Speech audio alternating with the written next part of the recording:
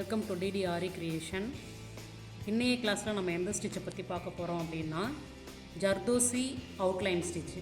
சரிங்களா? இப்போ அட்வான்ஸ் லெவலில் ஜர்தோசியை பற்றி பார்க்க போகிறோம். இந்த ஜர்தோசி எப்படி இருக்குன்றது ஆல்ரெடி சொல்லியிருக்கேன்.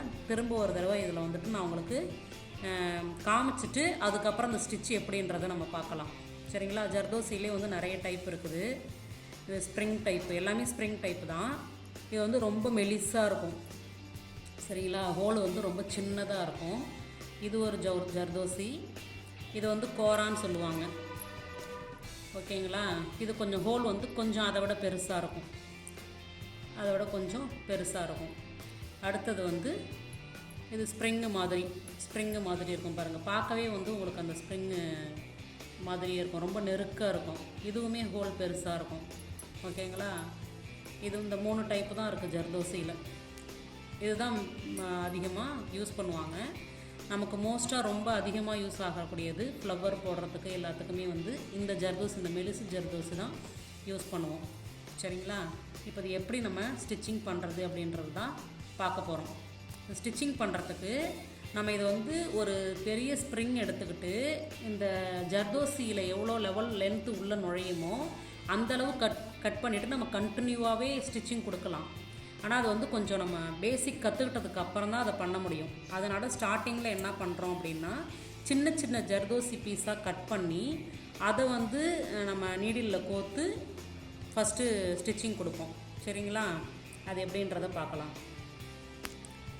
ஜர்தோசி கட் பண்ணுறதுக்குன்னு தனியாக வந்து கட்டர் தனியாக வச்சுக்கோங்க. பழைய கட்டர் யூஸ் பண்ணிக்கோங்க.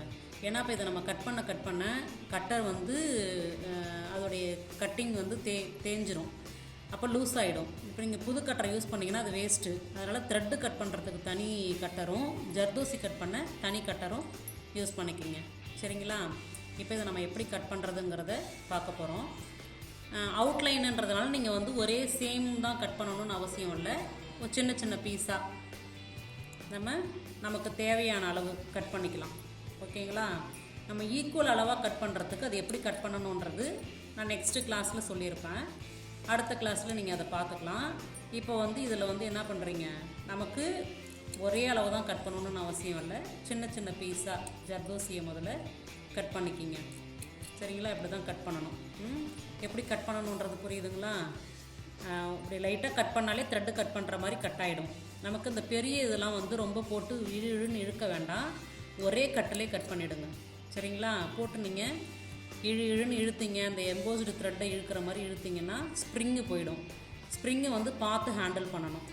இது என்ன ஆகும் அப்படின்னா நீங்கள் பிடிச்சி இழுத்தீங்க அப்படின்னா திரும்ப யூஸ் பண்ண முடியாது. இதை பாருங்கள், கம்பி மாதிரி போயிடும். அதனால் என்ன செய்யக்கூடாது அப்படின்னா அந்த ஸ்ப்ரிங்கை வந்து நம்ம ரொம்ப பார்த்து ஹேண்டில் பண்ணணும். பிடிச்சி இழுக்கக்கூடாது. கட் பண்ணும்போது இழுத்துக்கிட்டு கட் பண்ணக்கூடாது. லெவலாக வச்சு நம்ம கட் பண்ணிக்கணும். அப்புறம் திரும்ப யூஸ் பண்ண முடியாது. அப்படின்றதுனால இதை ஃபாலோ பண்ணிக்கோங்க. இப்போ எப்படி கட் பண்ணணுன்றது தெரிஞ்சுக்கிட்டீங்க. இப்போ நம்ம அவுட்லைன் ஸ்டிச் எப்படிங்கிறத பார்க்க போகிறோம். த்ரெட் எடுத்துக்கிறீங்க. நார்மலாக த்ரெட்டில் முடிச்சு போடுறது எப்படின்றது சொல்லியிருக்கேன். அதே மாதிரி போட்டுட்டு ஃபஸ்ட்டு இதில் கோர்த்துக்கோங்க நீடில். சரிங்களா? நமக்கு எத்தனை ஜர்தோசி அதில் கொள்ளுமோ அதுக்கு தகுந்த மாதிரி கோர்த்துக்கிட்டு அதே செயின் ஸ்டிச்சு தான் நம்ம பீடு ஒர்க்கு கொடுக்குற மாதிரியே தான் கொடுப்போம். ஸ்ட்ரெயிட்டாக வச்சா தான் உங்களுக்கு ஸ்ப்ரிங்கு கீழே இறங்கும். பிடிச்சி இழுன்னு போட்டு இழுக்காதீங்க. இழுத்திங்கன்னா ஸ்ப்ரிங்கு லூஸ் ஆகிடும். அப்புறம் வந்து கேப் அதிகமாக விழுந்துடும். அதனால் பார்த்து ஹேண்டில் பண்ணணும். ஃபஸ்ட்டு வந்து கட் பண்ணி எப்படி போடுறதுன்றதை கற்றுக்கோங்க. கற்றுக்கிட்டதுக்கப்புறம் நம்ம கண்டினியூவாக எப்படி ஒரு ஸ்ப்ரிங்கை வந்து நீட்டாக எடுத்துக்கிட்டு எப்படி போடணுன்றதை நம்ம அடுத்தடுத்த கிளாஸில் நம்ம பார்க்கலாம்.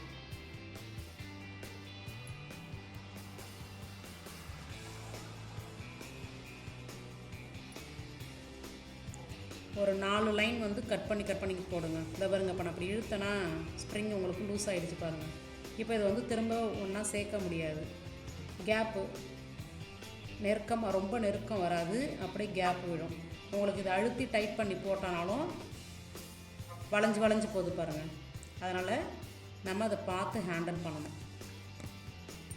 இதில் அந்த இழுத்து விட்டது உங்களுக்கு டிஃப்ரென்ஸ் தெரியுதுங்களா?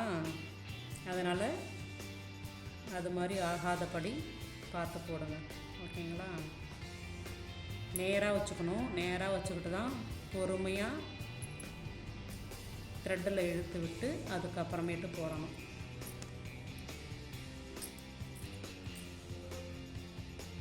இதில் நிறைய கலர்ஸும் நம்ம யூஸ் பண்ணலாம்.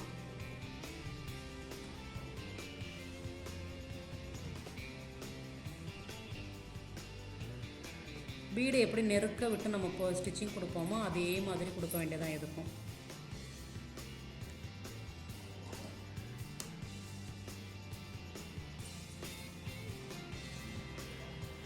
அது எப்படின்றத பார்த்தாச்சு.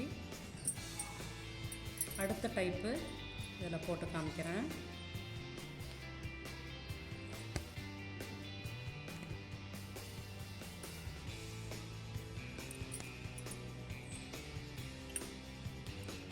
இப்போ நம்ம என்ன செய்ய போகிறோம்னா அடுத்த டைப்பு எப்படி கட் பண்ணணுன்றதை உங்களுக்கு காமிச்சிட்டேன். அதே மாதிரி அந்த ஜர்தோசியை கட் பண்ணிவிட்டு ஒரு பீஸாக ஸ்டிச்சிங் கொடுக்க வேண்டியதான்.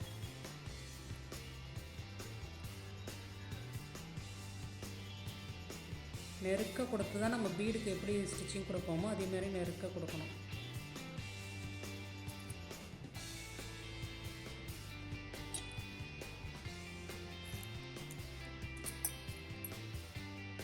கிராஸாக வச்சுக்கிட்டு இப்படி ஸ்ட்ரைட்டாக வச்சுக்கிட்டுலாம் போக்க முடியாது. அதனால் பார்த்து கிராஸாக வச்சுக்கிட்டு போட்டு போடுங்க.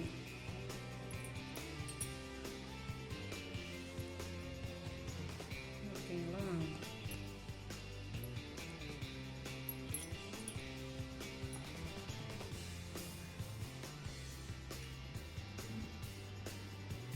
லைட்டாக வளைஞ்சிருக்கு.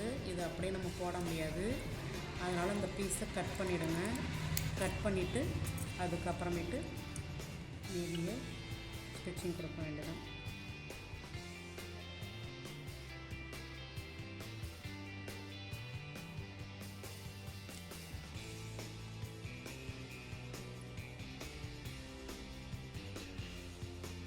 எல்லாம் அதே சேம் தான். ஓகேங்களா? நம்ம கோத்துக்கிறது மட்டும் பார்த்து கோத்துக்கணும். அதே மாதிரி தான் இந்த ஸ்ப்ரிங்கு மாதிரி உள்ளதும் இந்த ஜர்தோசியும் அதே மாதிரி தான் கொடுப்போம். இப்போ அந்த ஜர்தோசியில் உங்களுக்கு வந்து நான் கண்டினியூஸாக எப்படி கொடுக்குறதுன்றதை இப்போ நான் உங்களுக்கு போட்டு காமிக்கிறேன்.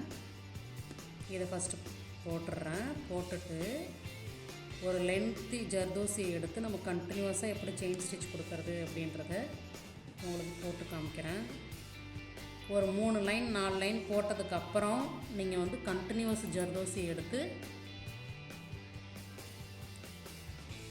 நீடில் எந்த லென்த்து வரும்னு உங்களுக்கு ஃபஸ்ட்டு ஸ்டார்டிங்கில் தெரியாதுல்ல. அதனால் அதுமாரி கோத்து பார்த்துக்கோங்க. கோத்து பார்த்துக்கிட்டு இப்போ இந்த அளவு வருதா நீடில் எடுத்துட்டு லைட்டாக கொஞ்சம் முன்னாடி நகர்த்திட்டு ஜர்தோசியை கொஞ்சம் முன்னாடி நகர்த்துனீங்கன்னா நீடிலுக்கு முன்னாடி இப்படி கட் பண்ணிக்கலாம். ஓகேங்களா? அதே மாதிரி கட் பண்ணிக்கோங்க. கட் பண்ணிவிட்டு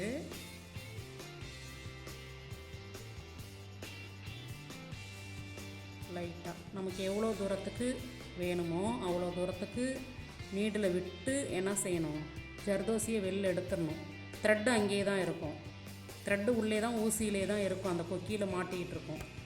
நம்ம அப்படியே கண்டினியூஸாக கொடுக்க வேண்டியதான். உங்களுக்கு உள்ள செயின் கொடுக்கறது நார்மலாக கொடுத்தா அது ஆட்டோமேட்டிக்காக கரெக்டாக வந்துடும்.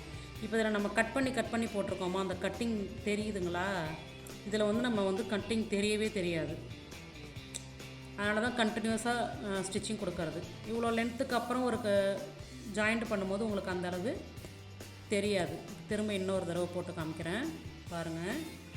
நம்ம நீடிலில் விட்டுறணும்.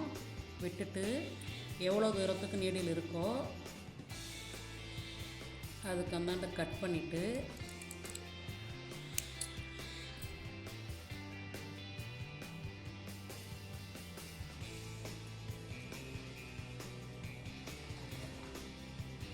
நீடில் வெளில வந்துருச்சுங்களா?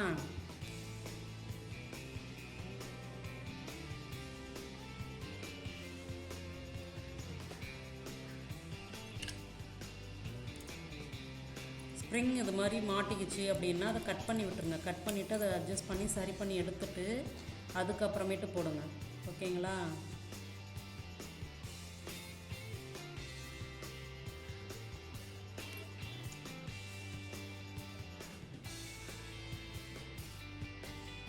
இப்போ இங்கே பாருங்கள், லைட்டாக இறக்கிட்டேன். இப்போ அது வளைவு வருதா, நீடில் தாண்டி வெளில வந்துருச்சு. கொடுத்துட்டு மேலே இழுத்துட்டேன், வந்துருச்சா? உங்களுக்கு வந்து ஸ்டார்டிங்கில் அது மாதிரி எனக்கு பயமாக இருக்குன்னா அதுமாரி நீடில் வெளில எடுத்துருங்க. எடுத்து குத்திட்டு அதுக்கப்புறம் மேலே ரொட்டேட் பண்ணி எடுப்போம். ரொட்டேட் பண்ணி எடுக்கும்போது ஆட்டோமேட்டிக்காக உள்ளே போயிடும். எவ்வளோ அழகாக வருது பாருங்கள். இதே மாதிரி ஸ்டிச்சிங் கொடுப்பீங்க. இந்த ஸ்டிச்சிங் வந்து நம்ம ஃபஸ்ட்டு ஜர்தோசி போட்டோம்ல, ஸ்ப்ரிங்கு ரொம்ப மெலிசாக இருக்கும், ஹோல் சின்னதாக இருந்ததில்ல, அந்த ஜர்தோசியில் என்ன ஆகும் அப்படின்னா கொஞ்சம் கஷ்டமாக இருக்கும் போடுறதுக்கு. கண்டினியூ வந்து அதில் போடுறது கொஞ்சம் கஷ்டமாக இருக்கும். அதனால் நீங்கள் என்ன பண்ணுறீங்கன்னா அந்த பெரிய ஹோல் உள்ள ஜர்தோசியை முதல்ல ப்ராக்டிஸ் பண்ணிவிட்டு அதுக்கப்புறமேட்டு இதை வந்து நீங்கள் போடுங்க. ஓகேங்களா? இப்போதைக்கு இதை மட்டும் நான் இப்போ போட்டு காமிச்சிருக்கிறத மட்டும் ப்ராக்டிஸ் பண்ணுங்கள். ப்ராக்டிஸ் பண்ணிவிட்டு என்ன பண்ணுறீங்க அப்படின்னா இதில் ஒரு டிசைனு நம்ம முதல்ல செயின் ஸ்டிச்சுக்கு என்ன பண்ணோம், ஸ்கொயர் ஷேப்பு ப்ராக்டிஸ் பண்ணோம்ல, அதே மாதிரி இந்த ஜர்தோசிக்கும் ஸ்கொயர் ஷேப்பு, சர்க்கிளு ப்ராக்டிஸ் பண்ணிவிட்டு, ஓகேங்களா, அந்த கண்டினியூ எடுத்துக்குங்க.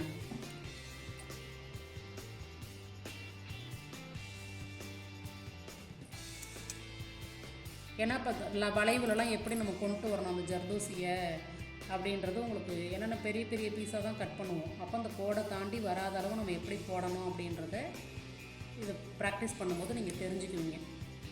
இதில் ஜர்தோசியை வந்து போடுறீங்க. ஓகேங்களா? போட்டுட்டு இப்போ நான் உங்களுக்கு போட்டது பிக்சரையும் காமிக்கிறேன். இதில் பாருங்கள், 3 டைப்லேயுமே நீங்கள் போடணும் கண்டிப்பாக. ஒரே ஒரு செயின் ஸ்டிச்சு மட்டும் போட்டுட்டு ஜர்தோசி ஒரு டைப்பை மட்டும் போட்டுட்டு விட்டுறக்கூடாது. மெலிசா உள்ள அந்த ஜர்தோசியும் போட்டிருக்கேன், ஸ்ப்ரிங் டைப்பும் போட்டிருக்கேன், அந்த கோராவும் போட்டிருக்கேன். டிசைனும் அதே மாதிரி எல்லா டைப்லேயும் ஒன்று போடணும். இதில் வந்து இப்போ நம்ம இது மெலிசு ஜர்தோசி போட்டிருக்கேன்னா ஸ்ப்ரிங்கு போட்டிருக்கேன், கோராவாக அதுமாரி கோராவும் வேறு ஷேப்பில் நீங்கள் போட்டு காமிங்க. போட்டுட்டு எனக்கு ஃபோட்டோ எடுத்து அனுப்புங்க. ஓகேங்களா? நன்றி, வணக்கம்.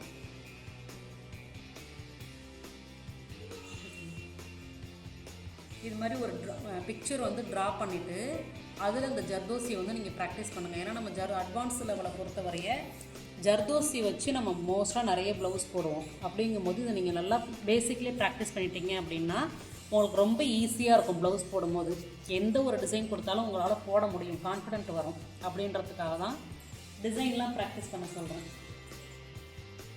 ஓகேங்களா? நன்றி, வணக்கம்.